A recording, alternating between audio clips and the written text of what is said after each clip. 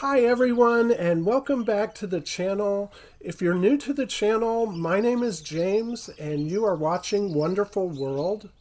And about 6 months ago, when I first started this channel, some of the first videos I posted were a series of videos about building this vivarium for my two tiger-leg monkey tree frogs, Basil and Parsley.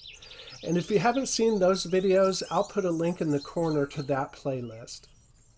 I love building vivariums, and as I often find when I'm planting my garden outside, as much as I plan what I want it to look like, as it grows, it ends up becoming its own thing. And some plants might end up not doing so well, while others will take off and flourish. And this vivarium has now had 6 months to grow and do its own thing since I first built it and put the frogs in. And you'll see the frogs in just a bit. The frogs are doing great and seem to really love their home, although these particular frogs are probably the most shy and reclusive animals in my reptile room. Pretty much the only time I see them at all is when I sneak into the reptile room in the middle of the night. And most of the time during the day, I can't even find where they're hiding. But that's one of the things that make these frogs so special to me. I love the dark frogs, for instance, because they are diurnal and they're always out and active. But these tiger-legged monkey tree frogs are so reclusive that they seem like mysterious little forest spirits. And it's a privilege to see them whenever they decide to show themselves. So this is the vivarium and what it looked like right after it was planted. There are some bromeliads, monstera, strawberry begonia, philodendron, a trailing watermelon begonia, and some creeping jenny. There's also a blue star fern and a heart-leafed fern. And on the floor of the vivarium is covered with moss that I collected from the woods.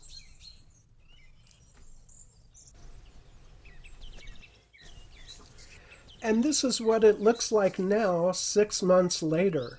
Everything has grown pretty well except for the blue star fern, which pretty much died.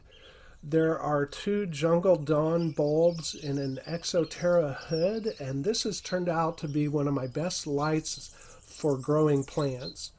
I've already had to trim back the trailing watermelon begonia twice, and I've used cuttings from that in another vivarium that you'll be seeing soon.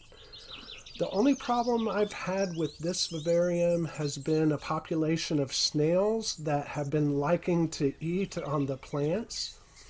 And I suspect that they either came in on the moss or in the soil that the plants came with. And I've tried my best to remove them when I find them, but to some extent they just become part of the bioactivity in this vivarium. And I'm really hoping I can get these lace flower plants to bloom and look forward to that. It's a new plant for me, so I don't really know what to expect with them, but they're looking really healthy, and having any kind of flowers in a vivarium seems like that would be a rare and special thing.